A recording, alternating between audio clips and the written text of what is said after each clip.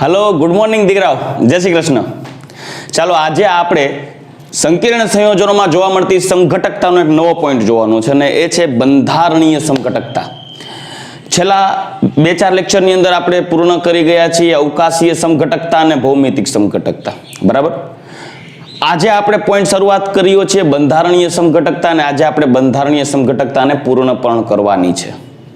तो शुरुआत करिए बंधारणीय समघटकता एटले शुं। तो आप सब जाणो छो कि जे संयोजनोना अणुसूत्र समान होय परंतु ते बंने एकबीजाथी बंधारणीय सूत्रनी दृष्टिए जुदा पड़ता होय तो तेवा संकीर्ण संयोजनोने बंधारणीय समघटको कहेवाय।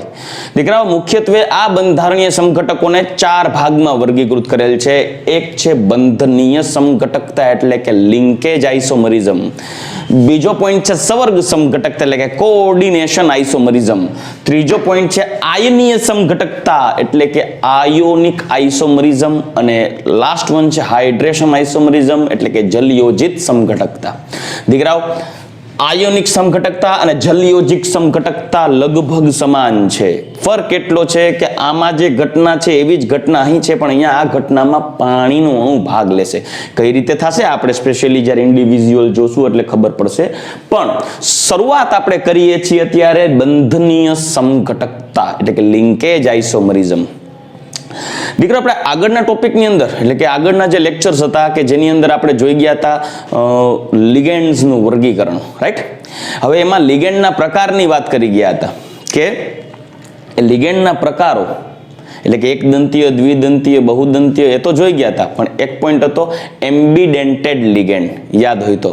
એમ્બિડેન્ટેડ લિગેન્ડ એટલે કે એવા લિગેન્ડ કે જેની અંદર રહેલા એક કરતા વધારે પરમાણુઓ ઇલેક્ટ્રોન દાન કરી અને સ્વર્ગ સહસંયોજક બંધ બનાવવાની લાક્ષણિકતા ધરાવતા હોય છે પરંતુ તે બંને પરમાણુ એકી સાથે ઇલેક્ટ્રોન યુગ્મનું દાન કરીને સ્વર્ગ સહસંયોજક નથી બનાવતા। તે બંને પૈકી કોઈ એક સ્વર્ગ સહસંયોજક બંધ બનાવવામાં ભાગ લેશે। એટલે કે એવા લિગેન્ડ્સ કે જેની અંદર એક કરતા વધારે ઇલેક્ટ્રોન દાતા ઘટક પરમાણુઓ રહેલા હોય અને તે પૈકીનો કોઈ એક ઘટક કણ છે એ સ્વર્ગ સહસંયોજક બંધ માટે ઇલેક્ટ્રોન યુગ્મનું દાન કરી અને સ્વર્ગ સહસંયોજક બંધની રચના કરશે। તો આવા બધા જે લિગેન્ડ્સ હતા જેને કહેવામાં આવે છે ફ્લેક્સિડેન્ટેડ લિગેન્ડ્સ। અને દીકરાઓ ફ્લેક્સિડેન્ટેડ લિગેન્ડ દ્વારા જે સંકીર્ણ સંયોજનોની રચના થઈ છે સ્પેશિયલી તેવા જ સંકીર્ણ સંયોજનોમાં આ પ્રકારની સમઘટકતા જોવા મળશે। તો સૌપ્રથમ આપણે એ તો જાણવું જોશે કે ફ્લેક્સિડેન્ટેડ લિગેન્ડ્સ કયા કયા હતા, રેડી। તો એના ઉપર આપણે ખાસ ધ્યાન દઈએ। તમે આ જોશો તો ખ્યાલ આવશે એમ્બિડેન્ટેડ લિગેન્ડ ધરાવતા સંકીર્ણ સંયોજનોમાં આવી સમઘટકતા જોવા મળે। કઈ? બંધનીય સમઘટકતા। જેમાં કયા કયા લિગેન્ડ છે એમ્બિડેન્ટેડ લિગેન્ડ છે તો જુઓ સાઇનો, આઇસોસાઇનો। સાઇનોમાં કાર્બન છે દાતા પરમાણુ તરીકે વર્તે, આઇસોસાઇનોમાં નાઇટ્રોજન છે દાતા પરમાણુ તરીકે વર્તે। એટલે એવા સંકીર્ણ સંયોજનો કે જેના અણુસૂત્ર સમાન હોય પરંતુ એક બંધારણની અંદર સાઇનો લિગેન્ડ હોય તો બીજા બંધારણની અંદર આઇસોસાઇનો લિગેન્ડ હોય તો આ બંને બંધારણો એકબીજા સાથે ભૌતિક ગુણધર્મોને આધારે અને ઇવન રાસાયણિક ગુણધર્મોને આધારે જુદા પડે છે કારણ કે તેના બંધારણમાં રહેલા બંને લિગેન્ડ જુદા છે। બંનેમાં રહેલા ઘટક કણો સમાન છે નો ડાઉટ પરંતુ બંનેમાં દાતા પરમાણુ અલગ છે। આમાં કાર્બન દાન કરે તો સાઇનો લિગેન્ડ, નાઇટ્રોજન દાન કરે તો isocyano. Clear? Next one SCN NCS SCN માં સલ્ફર દાતા પરમાણુ તરીકે વર્તશે જેને કહેવાય થાયોસાઇનેટો લિગેન્ડ। જ્યારે NCS માં નાઇટ્રોજન દાતા પરમાણુ તરીકે વર્તશે તો બનશે isothiocyanato ligand as it is. CNO માં ઓક્સિજન દાતા તરીકે વર્તે તો બને છે સાઇનેટો લિગેન્ડ। પણ જો એને બદલે NCO- હોય અને નાઇટ્રોજન દાતા તરીકે વર્તે છે તો એને કહેવાય isocyanato ligand as it is. NO2- nitro જેને નાઇટ્રાઇટો N તરીકે પણ ઓળખી શકાય। સાંભળજો દીકરાઓ, નાઇટ્રો ઇવન એને નાઇટ્રાઇટો N તરીકે પણ ઓળખી શકાય। કેમ કે તેમાં દાતા પરમાણુ નાઇટ્રોજન છે આ રીતે એઝ ઇટ ઇઝ। જો ONO લિગેન્ડ અથવા એને NO2 કહીએ તો નાઇટ્રાઇટો O એમાં ઓક્સિજન દાતા તરીકે વર્તશે આથી આ એવા લિગેન્ડ્સના એક્ઝામ્પલ્સ છે કે જેમાં રહેલા એક કરતા વધારે પરમાણુઓ દાતા તરીકે વર્તે છે, પણ સ્પેશિયલી યાદ રાખજો બંને ઘટક કણો દાખલા તરીકે નાઇટ્રોજન અને સલ્ફર બંને એકબીજા સાથે ઇલેક્ટ્રોન યુગ્મનું દાન નહીં કરે. યાદ રાખજો તે પૈકી કોઈ પણ એક દાન કરે. જોઈ શકો છો અહીંયા જો સલ્ફર કરે છે તો આમાં નાઇટ્રોજન કરશે. કોઈ પણ એક દાતા પરમાણુ ઇલેક્ટ્રોન યુગ્મનું દાન કરી સવર્ગ સ્થળ નિર્દેશ બનાવશે અને સવર્ગ સહસંયોજક બંધની રચના કરશે.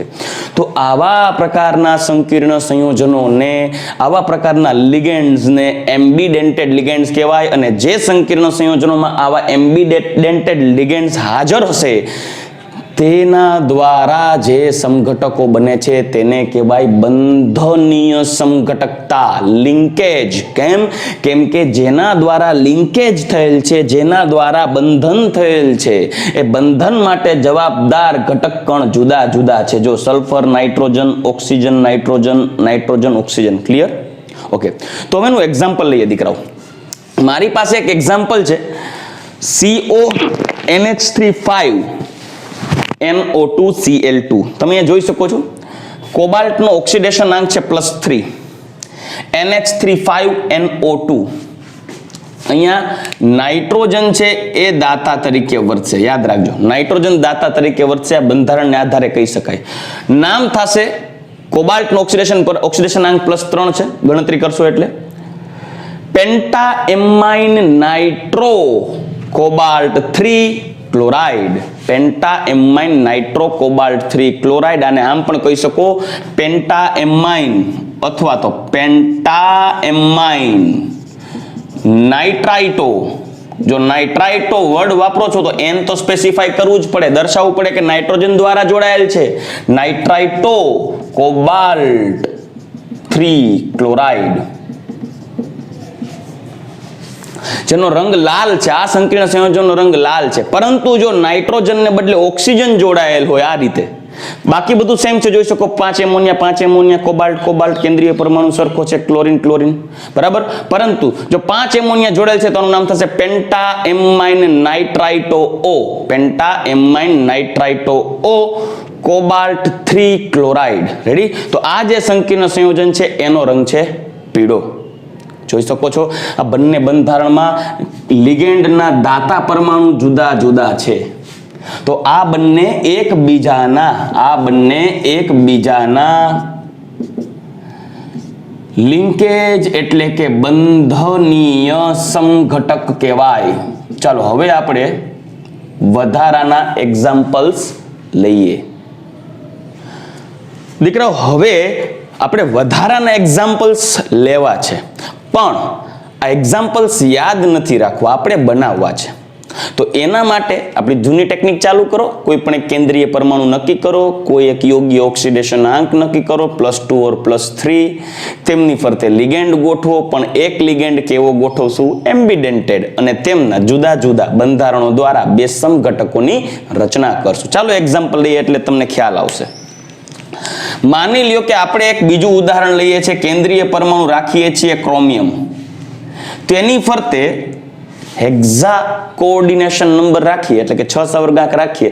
એ પૈકી 5 અન્યને એક દંત્ય નાખી દેવાનો, આવો એમ્બિડેન્ટેડ. ફોર એક્ઝામ્પલ હું નાખું છું H2O ના અણુઓ 5 અને એક નાખી દઉં છું SCN થાયોસાઇનેટો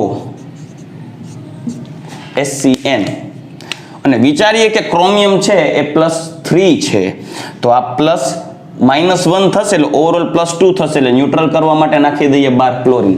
તો એમાં સલ્ફર છે એ દાતા પરમાણુ તરીકે વર્તશે, એટલે આનું નામ થશે પેન્ટા એક્વા થાયોસાઇનેટો. સલ્ફર સાથે કનેક્ટેડ છે એટલે S થાયોસાઇનેટો S. ક્રોમિયમ તેનો ઓક્સિડેશન આંક આપણે ધારેલો હતો 3 ક્લોરાઇડ. અહીં ક્લોરાઇડ છે એ પ્રતિ આયન છે. બીજું એક્ઝામ્પલ સામે એનો જ સમઘટક બનાવીએ. Chromium H2O5 as it is, ત્યાર પછી NCS જોડી દઈએ.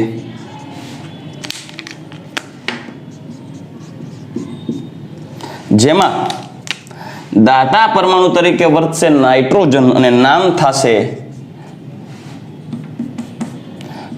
પેન્ટા એક્વા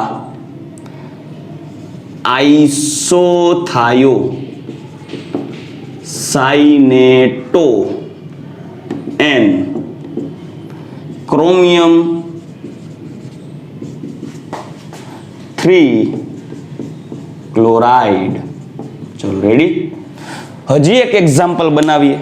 માની લ્યો કે મારી પાસે કોઈ એક સંકીર્ણ સંયોજન છે અને તેનો કેન્દ્રીય પરમાણુ છે Fe. ધારી લઈએ કે Fe+2 છે અને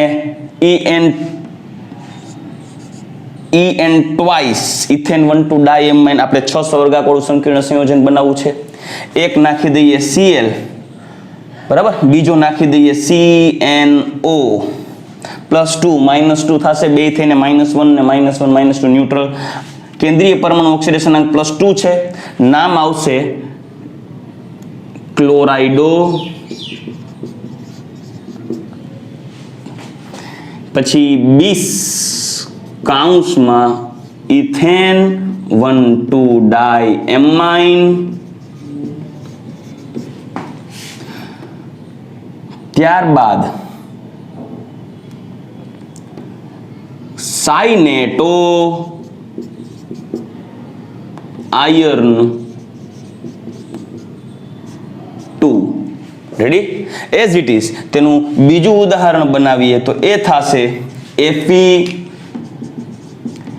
En twice Cl.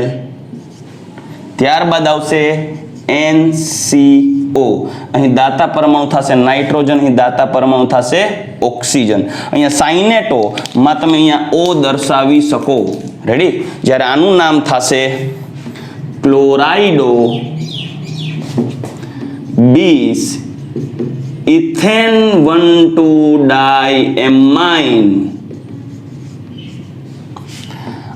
આઇસોસાઇનેટો N iron 2.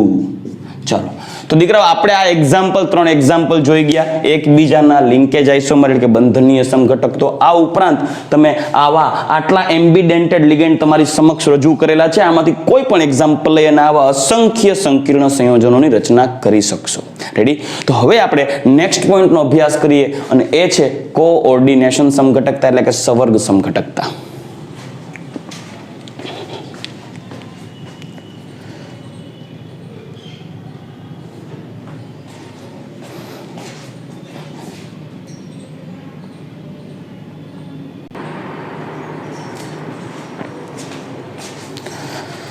ચાલો દીકરા, હવે આપણે જે પોઈન્ટનો ડિસ્કશન કરવું છે અને એ છે સવર્ગ સમઘટકતા, કોઓર્ડિનેશન સમઘટકતા.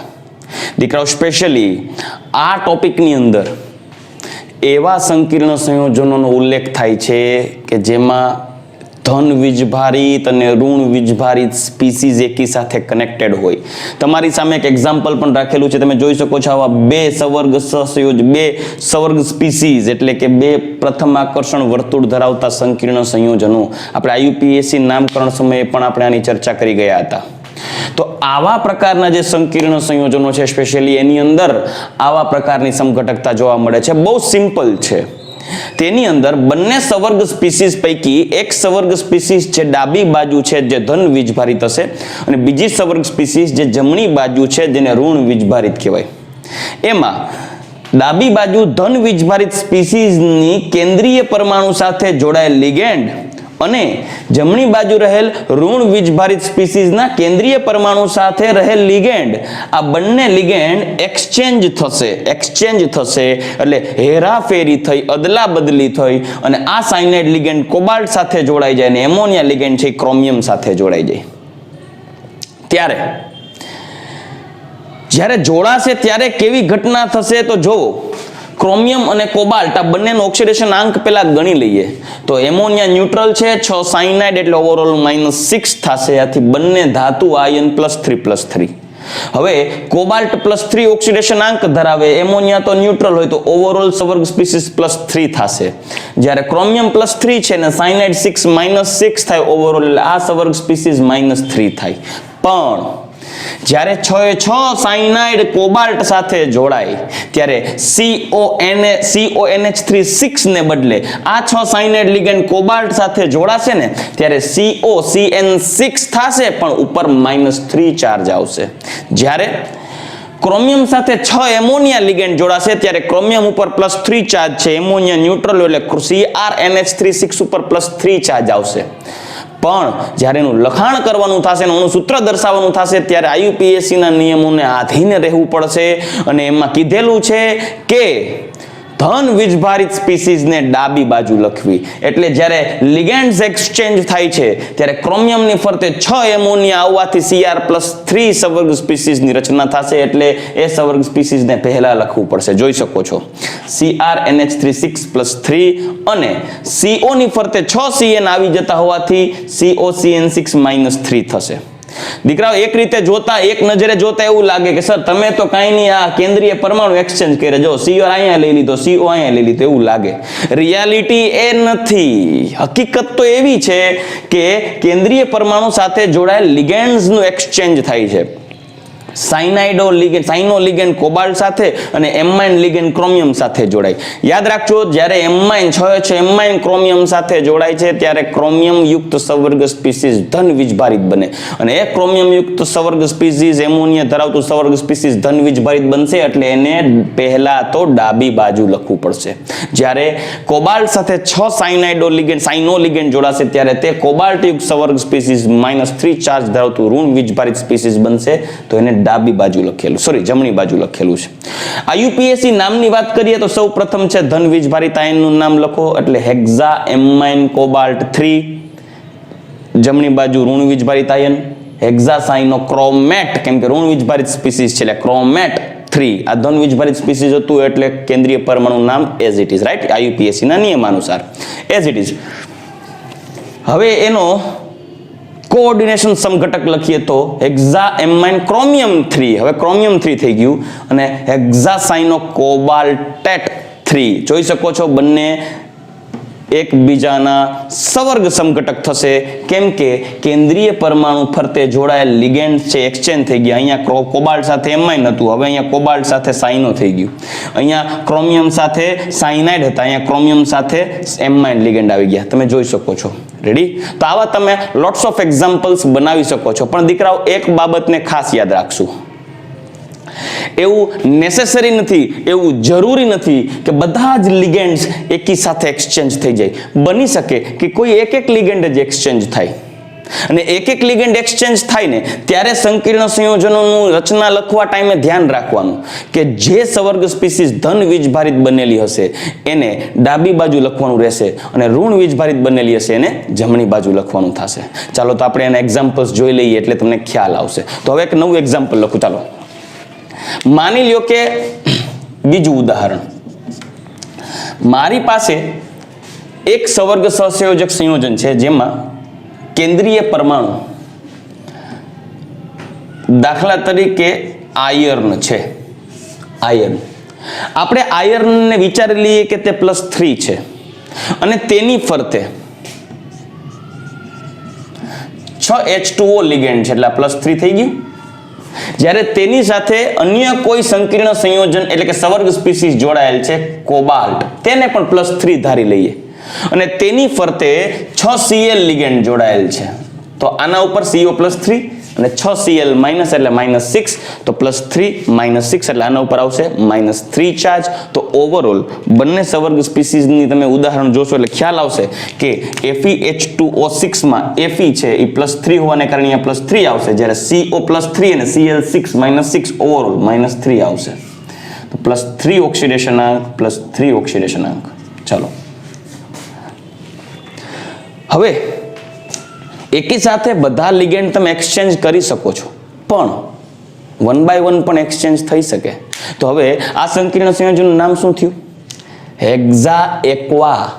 સાંભળજો, hexa aqua iron 3 hexa chlorido cobaltate 3. અહીંયા કોબાલ્ટેટ લખવું પડશે કેમ કે ઋણ વીજભારિત સ્પીસીઝ છે. ચાલો હવે કામ કરીએ, 1 by 1 એક્સચેન્જ કરીએ. એક ક્લોરાઇડો લિગેન્ડ આ સાઈડ લઈએ, એક H2O લિગેન્ડ પેલી સાઈડ જવા દઈએ. તો કેવું એક્ઝામ્પલ થાય એ જોઈએ. ચાલો, FeH2O5 કેમ કે એક H2O લિગેન્ડ પેલી સાઈડ જવા દેશું અને એક આવશે Cl. તો આના ઉપર કયો વીજભાર આવશે વિચારો. જો Fe+3 હતું, Cl-1 થશે, આ તો ન્યુટ્રલ છે તો ચાર્જ આવશે +2. ક્લિયર? ઉપરનો ચાર્જ છે એ ચેન્જ થતો જશે. ત્યારબાદ યાદ કરો +2 ચાર્જ છે, IUPAC એવું કીધું છે ધન વીજભારિત સ્પીસીસ ને ડાબી બાજુ જ લખશું એટલે આયર્ન અહીંયા જ રહેશે. વળી તમે આ એક્ઝામ્પલ ને લઈને ચાલશો. સોરી કે તમે તો કેન્દ્રીય પરમાણુ બદલી નાખ્યા હતા, પણ મેં બદલાતા એટલે કેમ કે વીજભાર બદલે છે. જુઓ તમે અહીંયા ક્રોમિયમ ઉપર ફર્સ્ટ 6 એમોનિયા છે, એના પર +3 છે. હવે કોબાલ્ટની ફરતે 6 એમોનિયા છે અને ઉપર +3 ચાર્જ છે. હવે માની લો કે એની ફરતે 6 સાઇનાઇડ આવી ગયા તો એ -3 ચાર્જ બનશે, અને -3 ચાર્જ બનશે તો એને અહીંયા લખવું પડે ને. ક્લિયર? તો હવે અહીંયા તમે જોઈ શકો છો 6 H2O છે, એમાંથી 5 H2O થઈ ગયા. એક H2O સામેની બાજુ જવા દઈએ, ત્યાંથી એક ક્લોરીન અહીંયા લઈએ. લિગેન્ડ એક્સચેન્જ ઓનલી, બરાબર? તો +3 -1 તો થઈ ગયું +2. એ જ રીતે CO Cl5 6 ને બદલે 5 અને એક H2O. CO+3 છે, Cl-5 ઓવરઓલ કયો ચાર્જ બનશે? -2.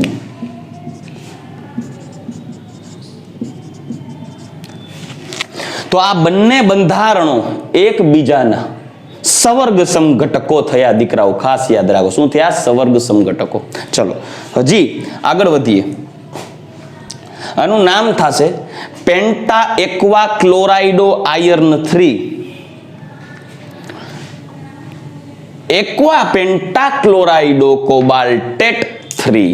ચલો રેડી? હજી એવું પણ બની શકે કે હજી એક ક્લોરીન છે એક્સચેન્જ થાય, હજી એક H2O સામેની બાજુ જતો રહેશે. તો તેનું પણ એક એક્ઝામ્પલ લઈએ. જુઓ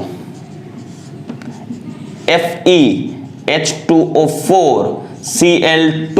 આને આપણે +3 કન્સિડર કરેલો હતો, ઓક્સિડેશન આંક અહીંયા 0, આ -2 તો +3 -2 એટલે અહીંયા કયો ચાર્જ આવશે? +1.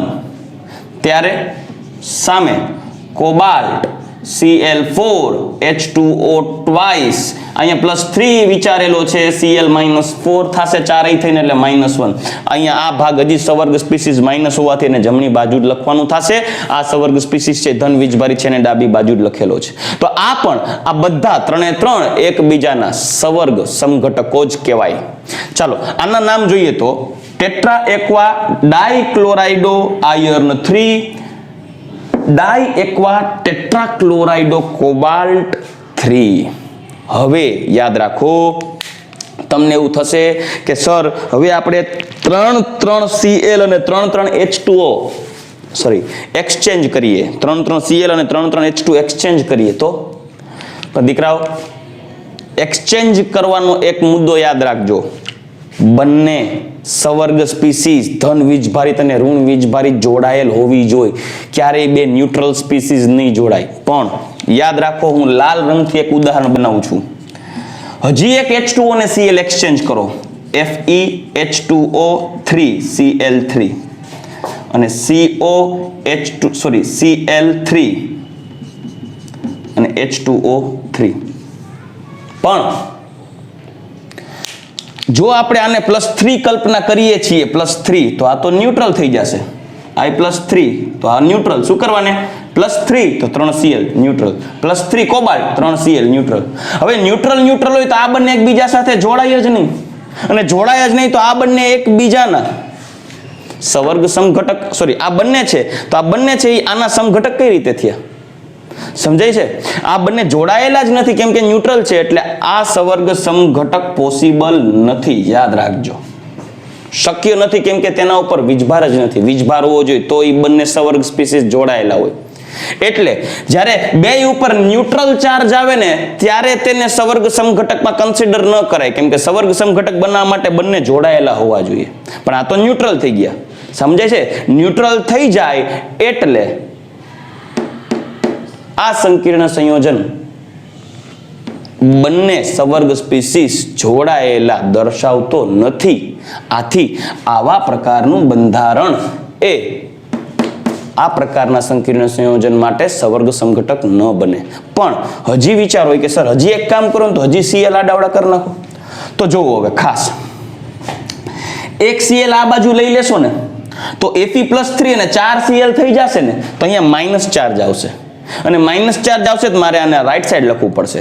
જ્યારે કોબાલ્ટ છે એની ફરતે હજી એક H2O નાખી દો, એક Cl દૂર થઈ જાય તો CO+3 ને 2 Cl તો પ્લસ ચાર્જ આવશે.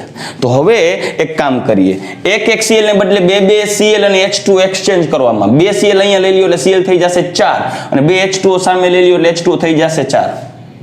યાદ રાખજો, તમારે લિગેન્ડ એક્સચેન્જ કરવા ટાઈમે કઈ બાબતને ધ્યાનમાં રાખવાની છે કે સવર્ગ સ્પીસીઝ વીજભારિત રહેવા જોઈએ. જો બંને સવર્ગ સ્પીસીઝ ન્યુટ્રલ થઈ જાય તો એ જોડાયેલા રહેશે નહીં. એટલે આ જોડાયેલા રહેવા જોઈએ એટલે સવર્ગ સ્પીસીઝ વીજભારિત રહેવા જોઈએ. એટલે એક્સચેન્જ કરવા ટાઈમે જોવાનું, જ્યારે બંને સવર્ગ સ્પીસીઝ ન્યુટ્રલ થઈ જશે તે સમઘટકમાં કન્સિડર નહીં થાય. ઓકે, તો હવે 4 Cl એક્સચેન્જ કરો ત્યારે આવું થઈ જશે.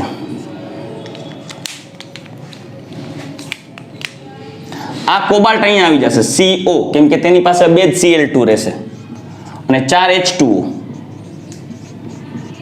એટલે એના ઉપર પ્લસ ચાર્જ આવશે. વિચાર કરો, +3 -2 એટલે +1. ત્યારબાદ FeH2O twice Cl4 -1, કેમ કે +3 -4 4 Cl તો અહીંયા આવશે +3 ઓક્સિડેશન આંક. તો આ સંકીર્ણ સંયોજનમાં જોઈ શકો છો કેન્દ્રીય પરમાણુ બદલી ગયા. પહેલા કોબાલ્ટ આવી ગયું, પછી Fe થઈ ગયું. રેડી? તો આ સંકીર્ણ સંયોજનનું નામ થશે ટેટ્રાએક્વા ડાઇક્લોરાઇડો કોબાલ્ટ 3 ડાઇએક્વા ટેટ્રાક્લોરાઇડો આયર્ન, એટલે હવે બોલવું પડશે ફેરેટ 3, કેમ કે સંકીર્ણ આયન ઋણ વીજભારિત થઈ ગયું. ચલો રેડી? તો હજી એક્ઝામ્પલ કન્ટિન્યુ કરીએ. હજી Cl એક્સચેન્જ કરો તો CO Cl only 1 H2O 5, એક H2O આ બાજુ આડાવડું એક્સચેન્જ કરો, બરાબર. અને અહીંયા Fe, એક H2O બચે Fe ની ફરતે અને Cl થઈ ગયા 5 એટલે આ થઈ ગયું -2, આ થઈ ગયું +2. રેડી? એક્સચેન્જ કરો Cl ને H2O જસ્ટ એટલે થશે પેન્ટાએક્વા ક્લોરાઇડો કોબાલ્ટ 3, કેમ કે એનો ઓક્સિડેશન અંક તો +3 છે.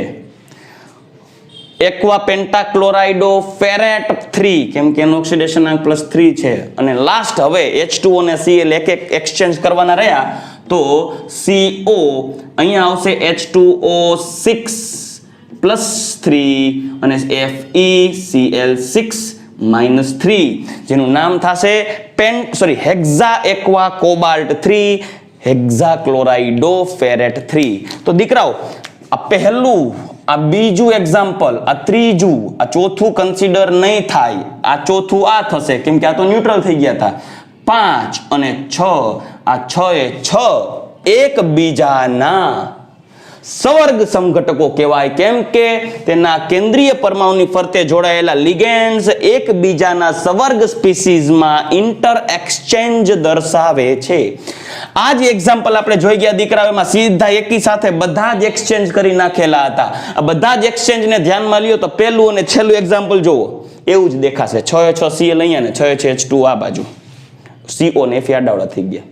ક્લિયર? યાદ રાખજો, જ્યારે 6 6 Cl અહીંયા આવશે ત્યારે Fe ઉપર -3 ચાર્જ આવશે સંકીર્ણ સ્પીસીઝ ઉપર, એટલે એને જમણી બાજુ લખવો પડશે. 6 H2O કોબાલ્ટ સાથે જોડાશે ત્યારે આખો સંકીર્ણ આયન છે એ +3 થશે, તો એને ડાબી બાજુ લખેલો છે. રેડી? તો આઈ હોપ કે આવા તમે બીજા એક એક્ઝામ્પલ્સ બનાવી શકો છો. આવા બનાવી અને 1 by 1 એક્સચેન્જ કરી અને બીજા 2-3 ઉદાહરણો બનાવીને પ્રેક્ટિસ કરજો, એટલે આમાં એક ગ્રીપ આવી જશે. છતાં પણ આમાં કંઈ ડાઉટ્સ હોય તો તમે મને પૂછી શકો છો. હજી આના માટે એક એક્સેપ્શનલ જે ઉદાહરણ છે એનું ઉદાહરણ તમારી સમક્ષ રજૂ કરીશ અને ત્યારબાદ આયનીય સમઘટકતા શરૂ કરશું. ચલો રેડી? ચાલો દીકરાઓ, હવે આ એક એવું એક્ઝામ્પલ આપેલું છે કે જે ટેક્સ્ટબુકની અંદર નથી, પણ આવા સંકીર્ણ સંયોજનોમાં પણ સવર્ગ સમઘટકતા જોવા મળશે. સૌપ્રથમ આપણે એનું IUPAC નામ વિચારીએ. ખાસ કરીને મેં તમને સમજાવેલું હતું જ્યારે IUPAC ના એક્સ્ટ્રા ટોપિક જોઈ ગયા હતા ત્યારે, કે આ બંને જે લિગેન્ડ છે ને એને બ્રિજ લિગેન્ડ કહેવાય અને એના નામ લખતી વખતે પહેલા તમારે મ્યુ બતાવવાનું રહેશે. મ્યુ. તો IUPAC નામ લખીએ એની પહેલા સૌપ્રથમ ઓક્સિડેશન આંક નક્કી કરી લઈએ દરેક કેન્દ્રીય પરમાણુનો. 4Cl એટલે ઓવરઓલ -4 વીજભાર, NH2 -1, OH -1, total -6, NH3 neutral, તો બે કોબાલ્ટ થઈને થશે +6. આથી બંને કોબાલ્ટનો ઓક્સિડેશન આંક +3 લઈ શકાય. આથી જો ઓક્સિડેશન આંકની ચર્ચા કરીએ તો અહીંયા +3 અને +3 ઓક્સિડેશન આંક લખી શકાય. હવે તેનું IUPAC નામ લખીએ તો ટેટ્રા એમાઇન. સૌપ્રથમ તમારે લેફ્ટ સાઈડ થી ચાલુ કરવાનું રહેશે અને એમાં આનું નામ આવશે ટેટ્રા એમાઇન. બરાબર, તો અહીંયા નામ તમારે સૌપ્રથમ લેફ્ટ સાઈડ થી સ્ટાર્ટ કરશું. Tetra ammine cobalt 3. યાદ રાખજો દીકરાઓ, સવર્ગ સ્પીસીસ છે, ન્યુટ્રલ છે, એટલે ન્યુટ્રલ સ્પીસીસ હોય તો નામની પાછળ, કેન્દ્રીય પરમાણુના નામની પાછળ કોઈ એટ પ્રત્યય લાગશે નહીં, એમનું એમ લખવાનું થશે. તો tetra ammine cobalt 3, mu amido, alphabetical ઓર્ડરમાં ગોઠવશું. એમિડોનો એ, હાઇડ્રોક્સોનો H, mu amido, mu hydroxo, tetrachlorido cobalt 3. ચલો ક્લિયર. તો આ નામ આવું થશે, tetra ammine cobalt 3, mu amido, mu hydroxo, tetrachlorido cobalt 3. ચલો રેડી. તો આ એક સંકીર્ણ સંયોજન થયું, પણ તેની અંદર સવર્ગ સમઘટકતા કઈ રીતે જોવી, તો એનું ઉદાહરણ વિચારીએ તો દીકરા, એક Cl ને આ બાજુ લઈ શકો, બીજા NH3 ને આ બાજુ લઈ શકો. રેડી. તો બીજું ઉદાહરણ કંઈક આવું થશે, NH3 થાઇસ Cl, CO, NH2, sorry OH, CO, Cl, 3NH3. મતલબ કે Cl અને NH3 ને તમે એક્સચેન્જ કરો છો. તો આ સંકીર્ણ સંયોજનનું નામ થશે triammine chlorido cobalt 3, mu amido, mu hydroxo, ammine trichlorido cobalt 3. હજી એક પોસિબિલિટી છે કે તમે હજી એક ક્લોરીન આ બાજુ લઈ લ્યો, એમોનિયા પેલી સાઈડ જવા દેશો તો ત્રીજું બંધારણ થશે, NH3 twice Cl2, CO cobalt, NH2, OH, CO, Cl2, NH3 twice.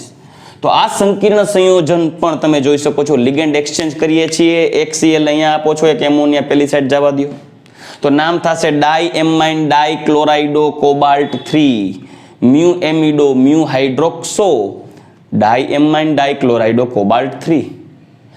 હવે જો દીકરાઓ તમે એક Cl અને એક એમોનિયા એક્સચેન્જ કરો, માનો કે કરીએ, ચાલો ચોથું એક્ઝામ્પલ બનાવીએ, NH3 થાઇસ, sorry NH3 Cl3, Cl આ બાજુ લઈએ, cobalt, NH2 OH cobalt, Cl NH3 થાઇસ. તો દીકરાઓ આ સંકીર્ણ સંયોજન છે એ એઝ ઇટ ઇઝ આવું જ છે, તમે જોઈ શકો છો. આ એક જ થયું. આ ઉદાહરણ તો જ લઈ શકાય કે જો અહીંયા કેન્દ્રીય પરમાણુ કોબાલ્ટને બદલે કોઈ બીજું કોઈ હોય તો તમે આ ઉદાહરણ બનાવી શકો, પણ અહીંયા તો કોબાલ્ટ જ છે, એક સમાન બંને રચના થઈ. જુઓ અહીંયા આ અને આ રચના બે સરખી જ. આથી આ બંધારણ છે સવર્ગ સ્પીસીસમાં નહીં આવે, એટલે આ બંધારણ છે આનો સવર્ગ સમઘટક ન કહેવાય, કેમ કે એકનું એક બંધારણ થયું. આથી આ પ્રકારના સંયોજનના ટોટલ 3 સવર્ગ સમઘટકો થયા. દીકરાઓ સવર્ગ સમઘટકો માટે વધારાના એક્ઝામ્પલ્સ હું તમને હોમવર્કમાં આપું છું, તમારે મને પૂરા કરી અને દેવાના છે, અને એમાં જો કાંઈ ડાઉટ હોય તો તમે મને પૂછી શકો છો. ચાલો હું તમને હોમવર્ક લખી દઉં છું.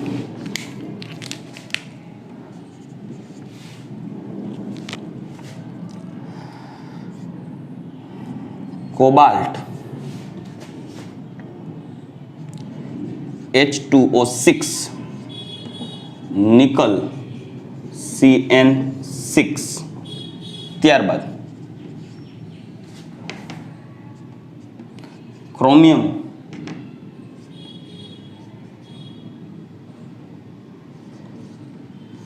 H2O, સોરી NH3 6 અહીંયા લખીએ છીએ નિકલ CN6 શક્ય હોય એટલા સમઘટકો બનાવવાના. અને એક એક્ઝામ્પલ હજી લઈએ તો NH3 6Cr NH2OH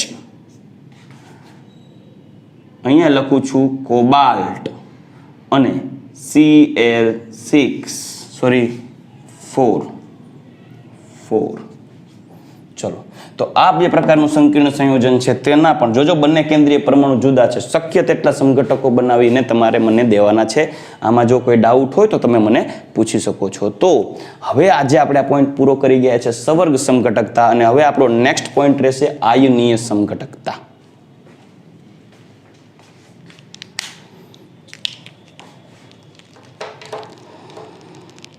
ચાલો દીકરાઓ હવે આપણે જે પોઈન્ટનું ડિસ્કશન કરવા જઈ રહ્યા છીએ અને એ છે આયોનિક સમઘટકતા. બહુ સિમ્પલ છે.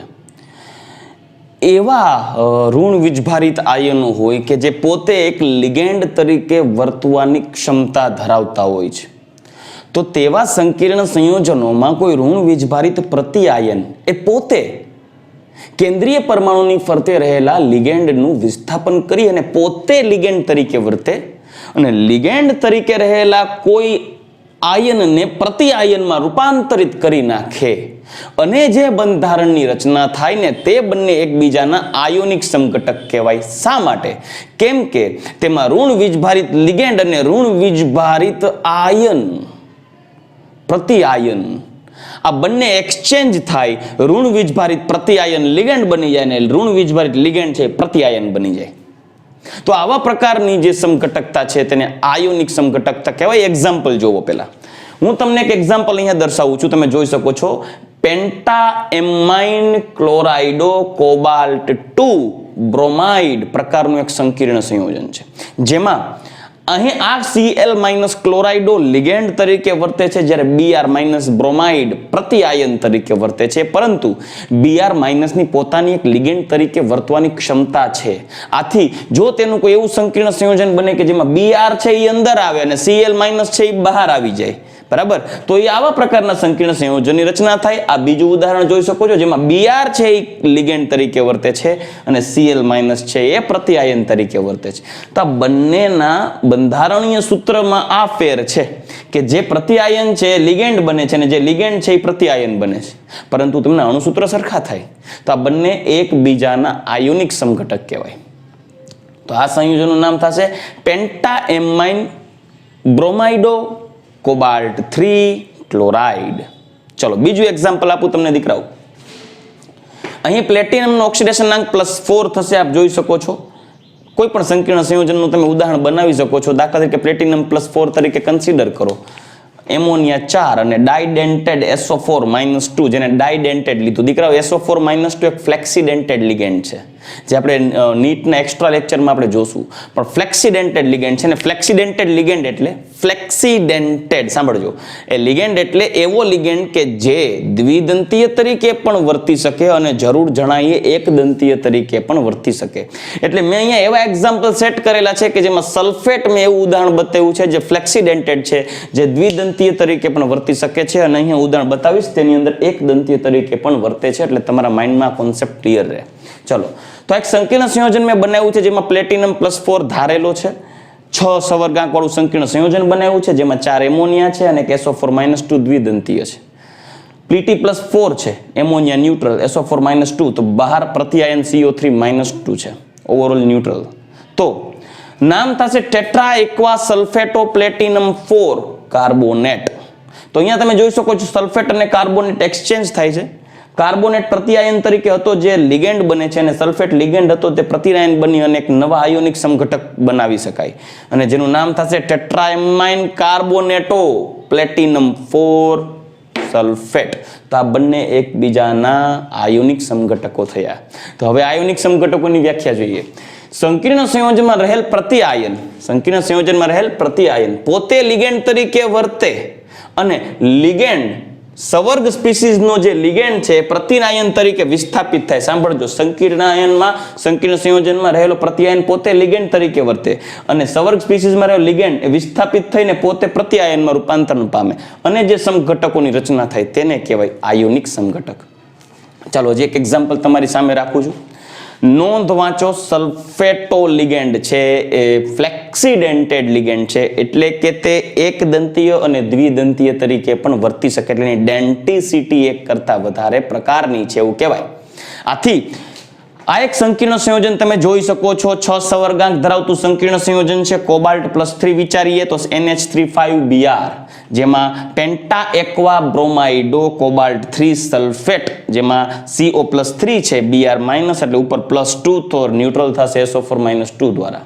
પરંતુ આ Br છે એ સલ્ફેટ દ્વારા એક્સચેન્જ પામી અને સલ્ફેટો લિગેન્ડ છે એ અંદર આવશે. Br જે લિગેન્ડ હતો તે પ્રતિઆયન બનશે અને સલ્ફેટ જે પ્રતિઆયન હતો તે લિગેન્ડ તરીકે વર્તે છે અને જે સંકીર્ણ સંયોજનની રચના કરે છે તેનું નામ કંઈક આવું થશે, પેન્ટા એક્વા સલ્ફેટો કોબાલ્ટ 3 બ્રોમાઇડ. દીકરાઓ ખાસ યાદ રાખજો, આ 6 સવર્ગાંક વાળું સ્પીસીસ છે. તમને એમ થશે સર સલ્ફેટ તો દ્વિદંતીય હોય તો આ 7 સવર્ગાંક વાળું થયું, પણ નહીં. યાદ રાખજો, આ અપવાદરૂપ છે જેમાં રહેલો સલ્ફેટ છે એ સ્પેશિયલી એક દંતીય સંકીર્ણ સંયોજન તરીકે એક દંતીય લિગેન્ડ તરીકે વર્તે છે, કેમ કે સલ્ફેટ છે એ ફ્લેક્સિડેન્ટેડ છે. ક્લિયર? ચાલો હવે આપણે નેક્સ્ટ એક્ઝામ્પલ લેવાનું છે જલયોજિત સમઘટકતા. છેલ્લો ટોપિક જે આયોનિક સમઘટકતાને મળતો આવે છે, પણ એકમાત્ર ફરક છે કે જેમ તમે જોઈ શકો છો લિગેન્ડ અને પ્રતિઆયન એક્સચેન્જ થાય છે, એ જ રીતે લિગેન્ડને બદલે આંતરિક જલીય એટલે કે H2O લિગેન્ડ તરીકે વર્તતો હોય તેવા ઉદાહરણો પૈકી પ્રતિઆયન લિગેન્ડ બને અને H2O છે એ બહાર દૂર થશે લિગેન્ડ સ્વરૂપમાંથી. તો આવા પ્રકારના ઉદાહરણો છે જલયોજનમાં આવશે. આપણે નેક્સ્ટ ટોપિક એ જોઈએ.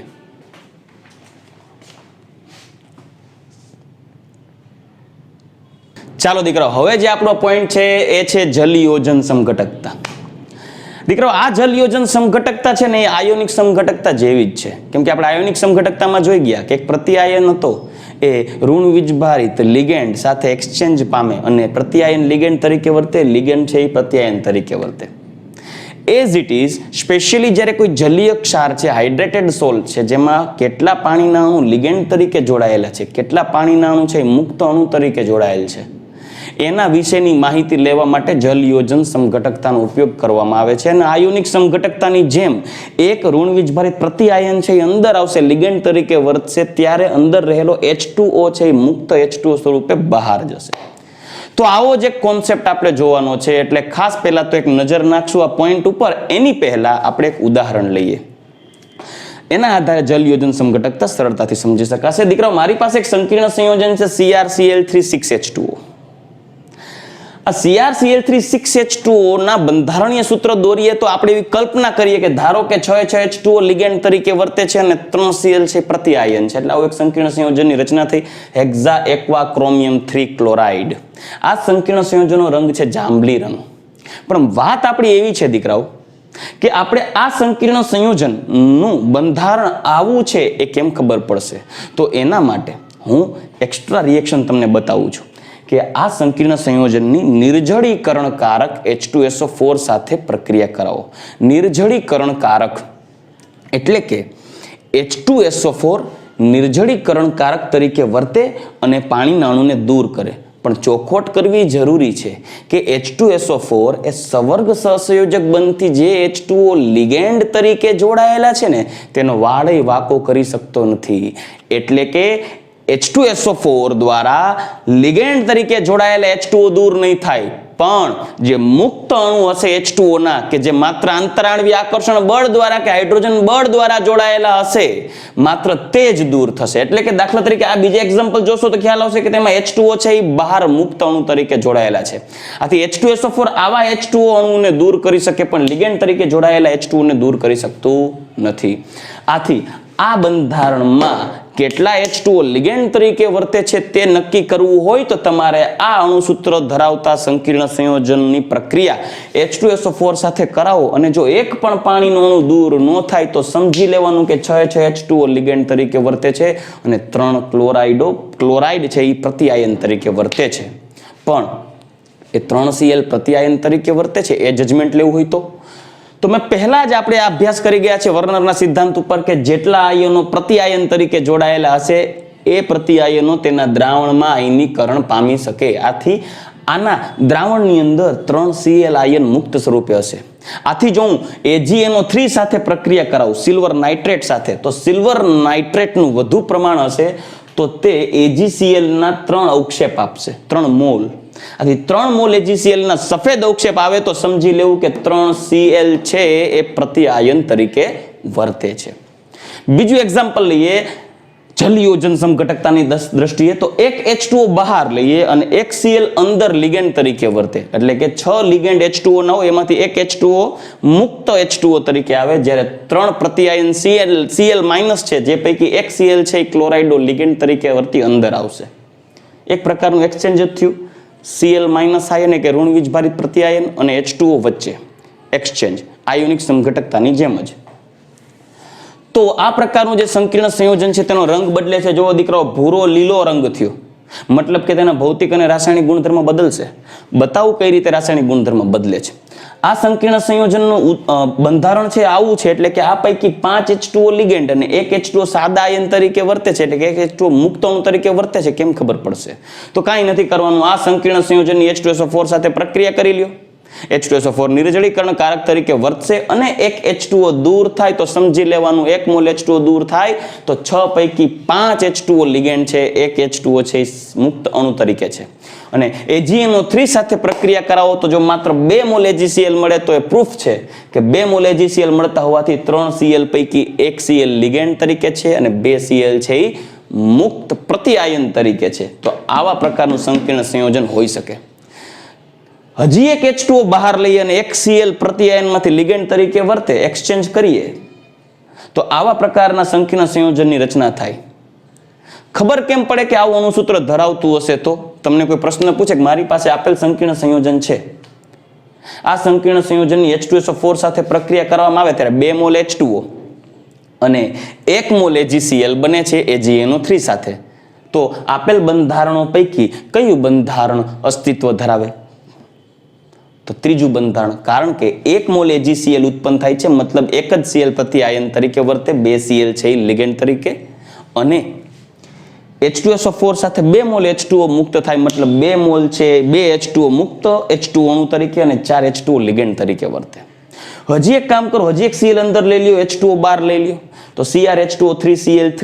હવે આપેલ સંકીર્ણ સંયોજનનું અણુસૂત્ર CrHCl3 6H2O અને બંધારણીય સૂત્ર આ છે. પ્રૂફ ક્યાંથી મળે? એક કામ કરો, H2SO4 સાથે પ્રક્રિયા કરો, 3 H2O અણુ મુક્ત થાય છે અને AgNO3 સાથે પ્રક્રિયા કરવાથી એક પણ AgCl ના અવક્ષેપ મળતા નથી. તો એવું સાબિતી આપે છે કે 3 H2O મુક્ત થતા હોવાથી 3 H2O લિગેન્ડ છે અને 3 H2O મુક્ત અણુ તરીકે અને 3Cl ક્લોરાઇડો લિગેન્ડ તરીકે વર્તે છે, પ્રતિઆયન તરીકે નહીં. તો દીકરાઓ આ જે આપણો પોઈન્ટ જોઈ ગયા છીએ જલયોજન સમઘટકતા. જોઈ શકો છો સંકીર્ણમાં જ્યારે પાણી દ્રાવક તરીકે વર્તે ત્યારે સવર્ગ સ્પીસીઝમાં જોડાયેલ H2O ના અણુઓ લિગેન્ડની જેમ વર્તણૂક પામે છે અને મુક્ત અણુ તરીકે પણ વર્તણૂક ધરાવે છે. તો તેના આધારે તેને જુદા જુદા બંધારણીય સૂત્રમાં વર્ગીકૃત કરી શકાય. તેને જલયોજન સમઘટકતા કહેવાય. તો દીકરાઓ આ જે આપણે પોઈન્ટનો અભ્યાસ કરી ગયા જે બંધારણીય સમઘટકતો અને આગળના લેક્ચરની અંદર આપણે ડિસાઈડ કરી ગયા ભૌમિતિક સમઘટકતા અને પ્રકાશીય સમઘટકતા. દીકરાઓ સંકીર્ણ સંયોજનોની સમઘટકતાના આટલા પોઈન્ટ્સ એટલા ઇમ્પોર્ટન્ટ છે કે આટલા વર્ષોમાં એક વર્ષ પણ એવું ફ્રી નથી ગયું કે તેની અંદર આ પ્રશ્ન નહીં આવ્યો હોય. Competitive exam JEE, NEET, GUJCET અને ગુજરાત બોર્ડની અંદર આ સમઘટકતાઓ પૈકી કોઈ એક સમઘટકતાનો પ્રશ્ન પૂછાય જ છે. આથી દીકરાઓ ખાસ આ ટોપિકનો અભ્યાસ કરો. કાંઈ પણ ડાઉટ હોય તો તમે મને કોલ કરી શકો છો આજના લેક્ચર માટે પણ. રેડી? તો ચાલો આજનો લેક્ચર આપણે પૂર્ણ કરીએ. ગુડ બાય, ટેક કેર, જય શ્રી કૃષ્ણ.